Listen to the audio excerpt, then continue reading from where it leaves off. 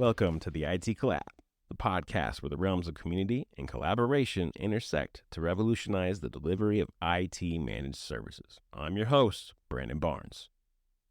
Whether you are an experienced IT professional seeking to expand your skill set or a visionary business leader in search of innovative solutions, we have you covered. Our experienced guests, comprising of industry veterans and thought leaders, will offer invaluable perspectives and insights to guide you through the dynamic landscape of IT. So, let us embark on this thrilling journey together. Let's go.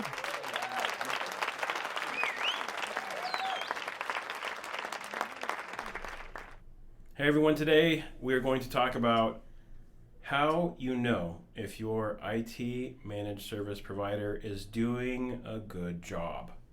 Today I'm joined by Evan Chavez, Hello. our resident senior engineer, and RJ, I like to call him the sales guy, myself, Brandon Barnes. Get some different perspective in here. So I'm going to ask you guys, how do you know if your IT provider is doing a good job? I think really what it comes down to is going to be a lot of tracking, goal. Well, first off, I mean, any MSP relationship, you should be defining goals, defining expectations, defining problems, and from there, you're tracking how much of a problem that problem still is 6 months later, a year later, etc. So track and adjust. Yeah. Okay.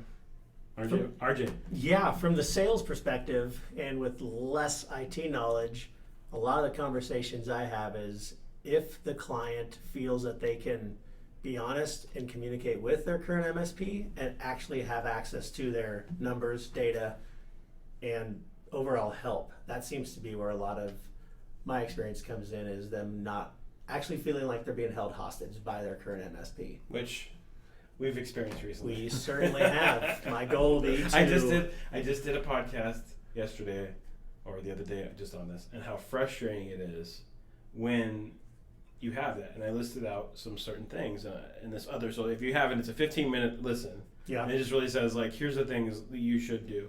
It even speaks in the steps. So it's all listed there. And I even did a blog on the site because I was very frustrated. I just wanted people to know what they can do. And the first thing it said was, check your contract.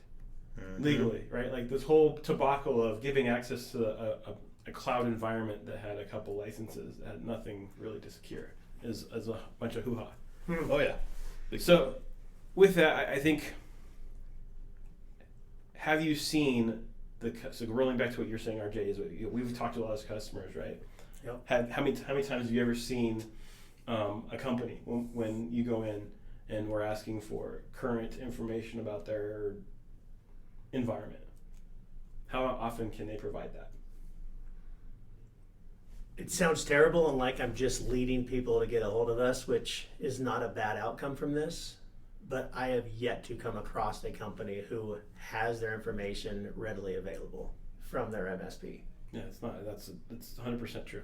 I think of all the customers or new customers I've talked to, Yep. They haven't had diagrams. Like I can't say that. There's a few out there that I have seen. I'm utterly impressed by, where they give me some diagrams and some things, and I'm like, wow, this is amazing. So not all of them.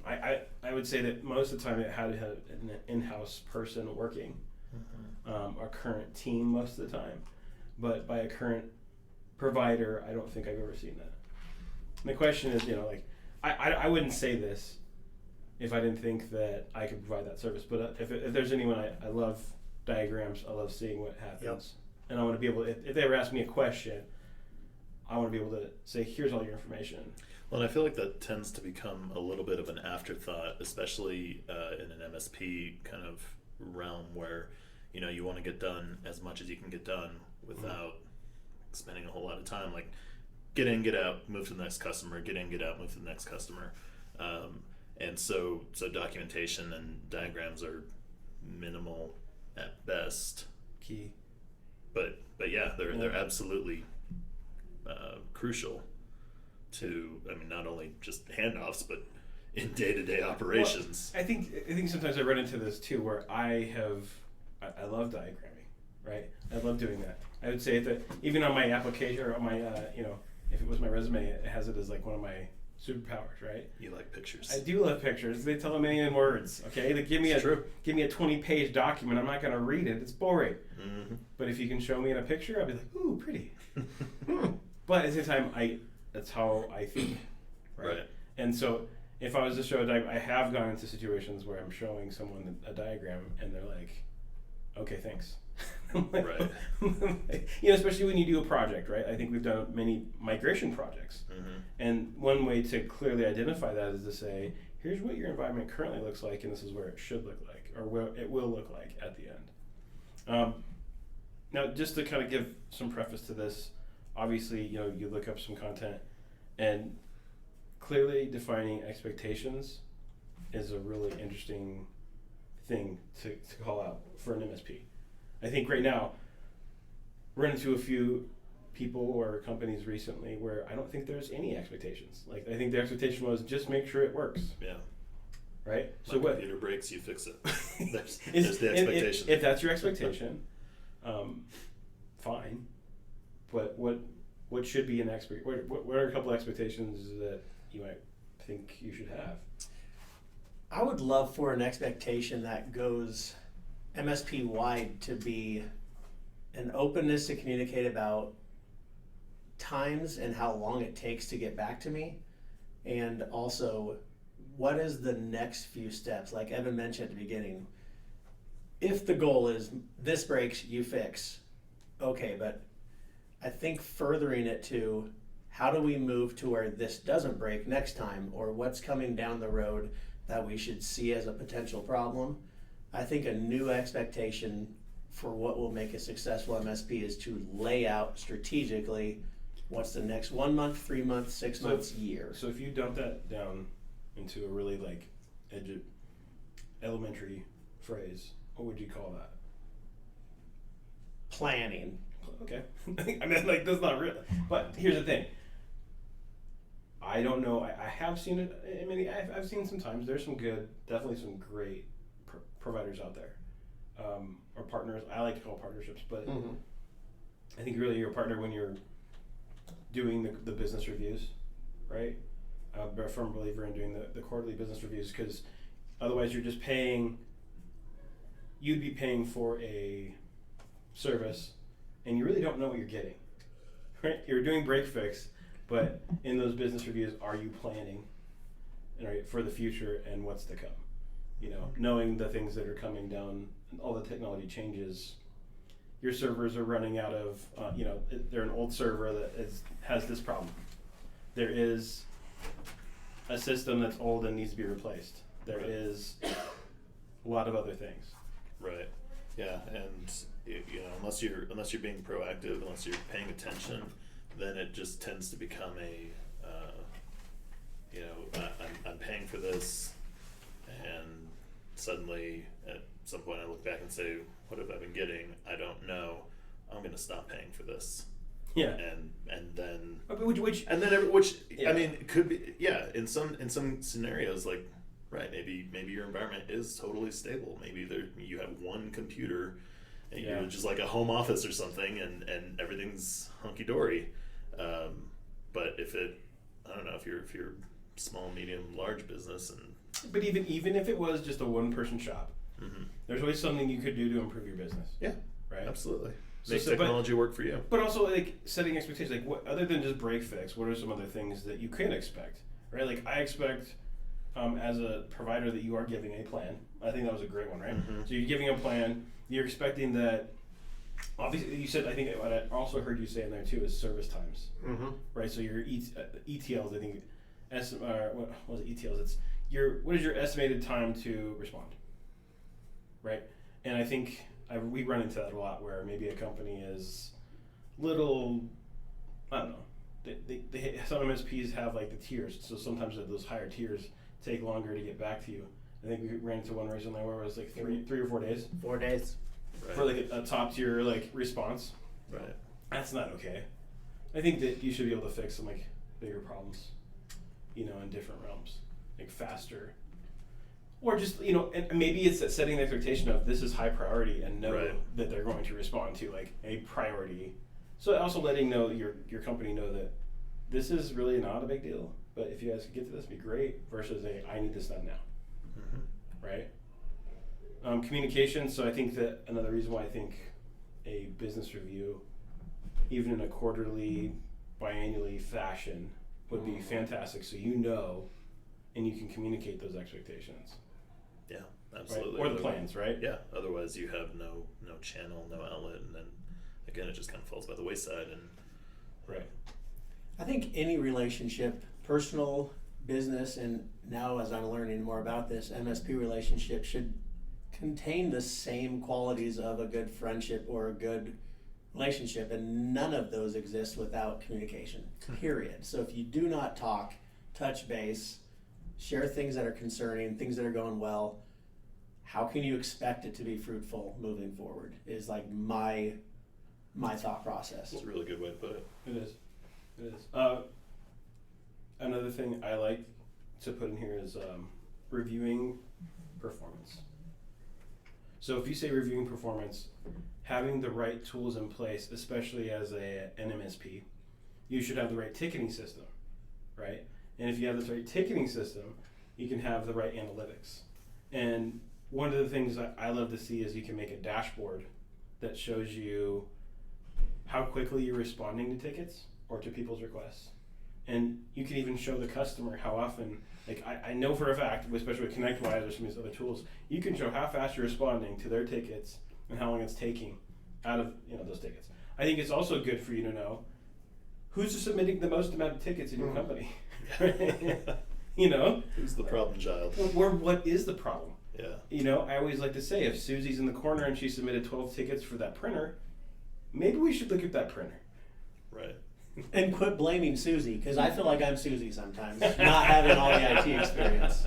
Susie, I'm in your corner. You're Susie? Yeah, I'm in Susie's out there Susie's somewhere. corner. All you Susies out We love there. you, Susie. No, if you're Karen, you're quit messing up. Whoa. But Susan, keep it up. Or Chad. I don't know. I can't keep up with all the. Get us all the back on names. track. Yeah. I think there is ways to check your performance, though. There's 100% way during a business review. I think that you should request a business review on a consistent basis from your managed service provider, and actually have like a presentation. Here's your data. Here's your stuff. Here's the tickets you submitted. You can do that on a base level ticketing system that's going to tell you what problems you're having and things that you could probably address. Right. So check that out. Check your team. Check performance of your organization and ask around how happy they are and what issues they're having, even internally, right?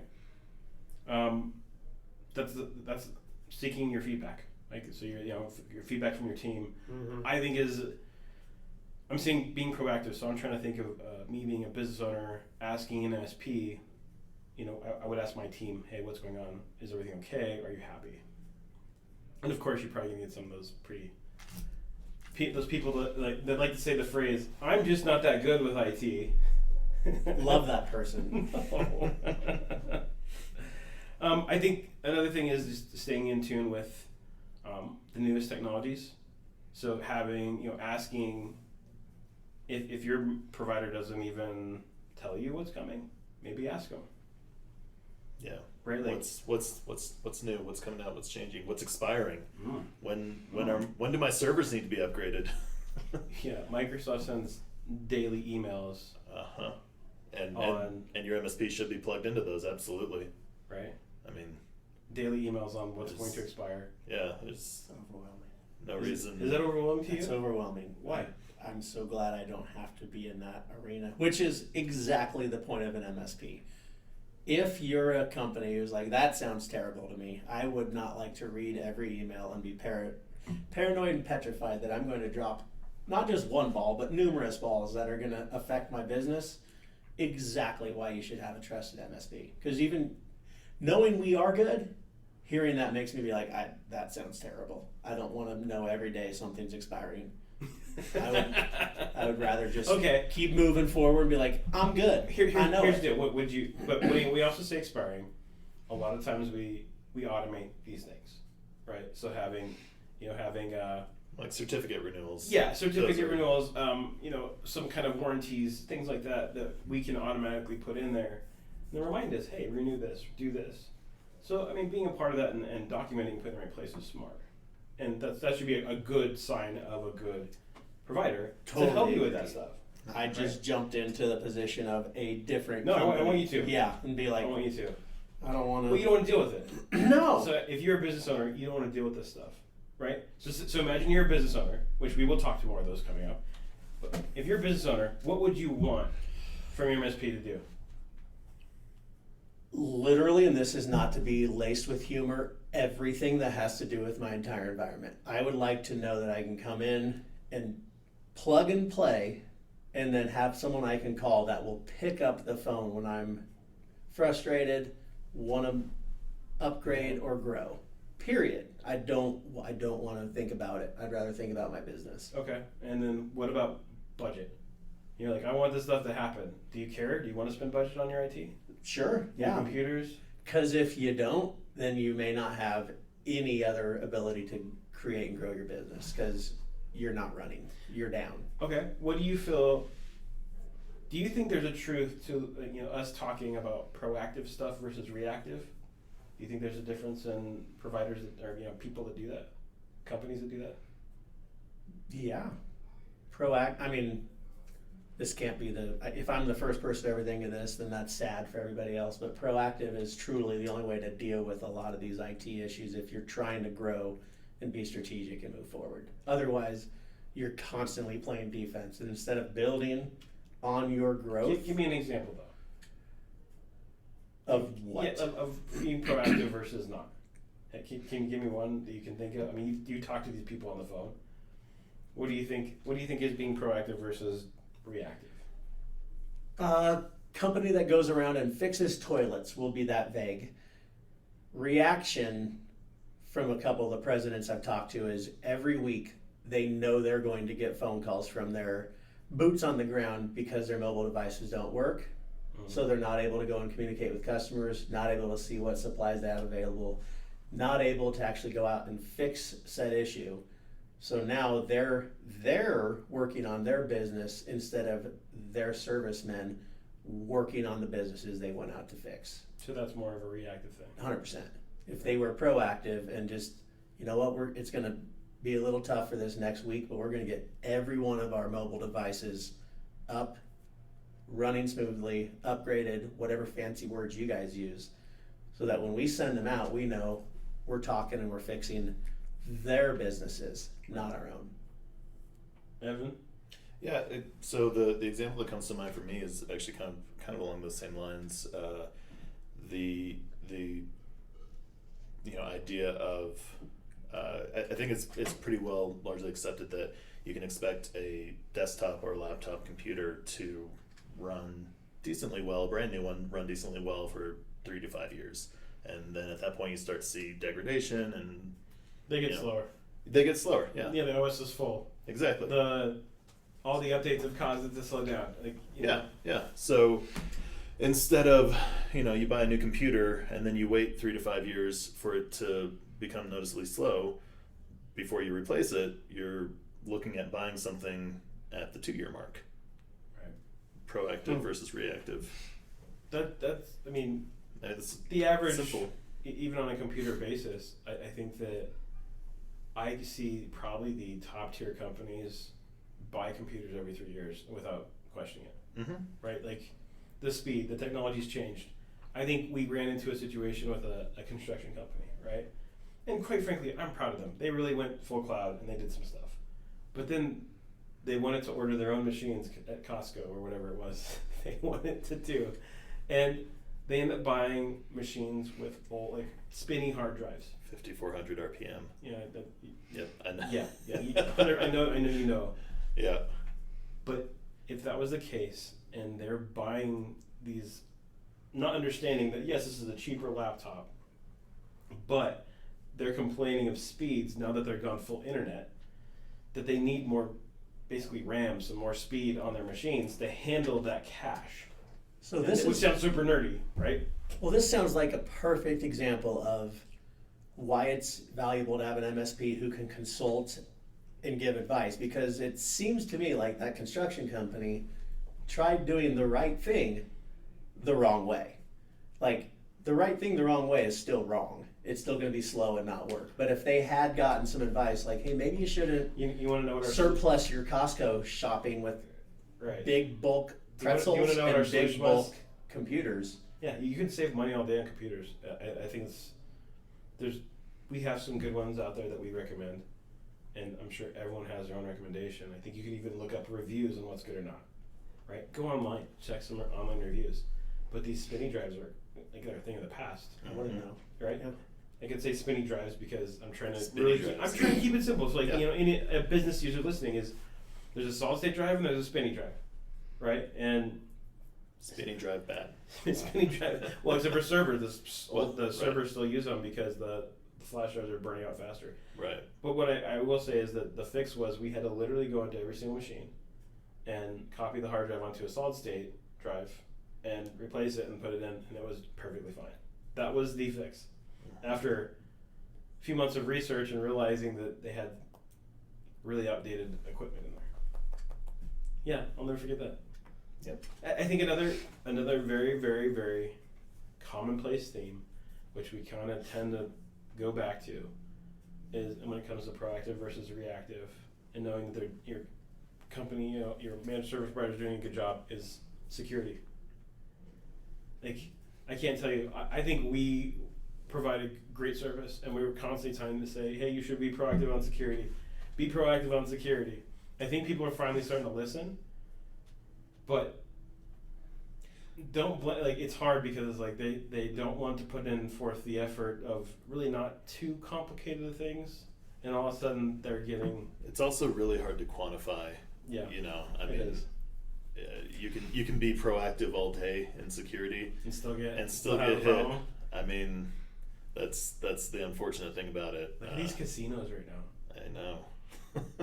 Like, that's insane. Well, and that's T-Mobile. one of those things. Like, they could have, they probably have super hard. So yeah, the casino that got hit last month or a month ago, 2 months ago, or whatever, that was from somebody calling the attacker, the bad actor, calling their help desk and saying, "Hey, I'm this person. Can you reset my password?" Yes. Like, you can have all the security in the world, all the proactive everything, and get hit that way. Like, it's nuts. And I'm sure they do have a very secure environment. They have to. But they have not, Susie answering the phone who changed someone's password. Here's the deal. This is exactly why I had a conversation on one of the podcasts earlier where I basically said, this is a new thing that's happening. Like, where they're calling the MSPs too and saying, I'm so-and-so, please reset my password.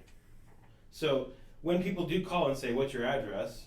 Or if I call into the bank and say, what's your name and address, and they're trying to verify who you are, your phone number, they're trying to verify those things, right? And I almost want like a secret passphrase or something, because I don't want to be the cause of that either. Nope. Mine makes me say my password over the phone. Which one? My bank. Yeah, no, it's hilarious because there is something in there that. Please say your phone password. Yeah. Please tell me what you're wearing right now.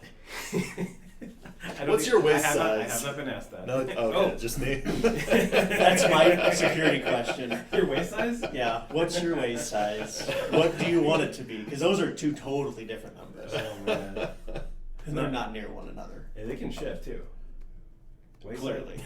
Waist sizes do shift. I can 100% say that. That's a whole nother podcast. I'll be your expert on that one. So I think the last piece of this, to make sure that you have a good provider, is really just maintaining a good relationship and just keeping open communication. And if they aren't providing that, maybe you want to ask them to, or seek elsewhere. I think that it's really simple stuff here. Like, they should be able to clearly communicate what you have, hand over passwords, hand over what you need, verifying who you are, obviously, and keeping them safe. I'm going to caveat that. But the truth is, keeping that open communication, make sure you get some feedback, see the performance, understand what's going on in your environment, and I think you can really have a good relationship. but have them provide you with a list. I think I also have a list of like all the things you should ask for, right? And so like I send it out to a lot of new customers where I say, please ask your managed service provider to provide you with these. So I'm going to post that on the blog, on the website, and really put it in there and say, these are the questions you can ask so that you know that you have a good picture of your environment. I think that's very valid. And I think that I would respect any customer that came and asked me. Honestly, I get a little freaked out because I'd be like, oh, you're leaving me. It's like a bad breakup. But at the same time, I think that you should be able to have that open communication. Just say, I want to back up. I want to know. Absolutely. You know? And, yeah, and I guess, really and truly, we're talking about engaging a good MSP. I feel like a good MSP should be ready and willing to give that information when the customer asks for it, regardless of the reason. Like, we've had customers leave us, and they'll come to us and say, hey, we need to get this, and this. We're like, all right, well, that's a bummer, but here you go. Yeah. I think what's funny is I've had people or customers do that to me too, and they still stay. They just want it, they just want the information. Inventory. And I think or they want to know that you're doing it, that you're keeping I think that. it's a good check just to say, Yeah. I want to know what you guys know. Like, I want to know that you guys are doing a good job. I think that's a valid check. Yeah. You might get a little scared. And if they get defensive, because I just did a podcast the other day, like I said, if they get defensive, it's kind of a red flag. Yes. Like, it's very frustrating. Yes. Because either, number one, they don't have it. They don't have the information that you should be provided. Mm-hmm. They don't have the knowledge. I think I finally saw an email from someone that say, like, we don't even have it. Right. And that's frustrating. Like, how do you know what you just paid for? How do you know my environment? How do you know the passwords that you're getting to? How do you even know this? Password is password. Capital password. Let me change all of them first before I send them over. Anyway. All right, guys. I appreciate the time today. Don't forget, if you're listening, to like, subscribe, and do all those cool things to help us out. Really appreciate it, and we'll see you next time.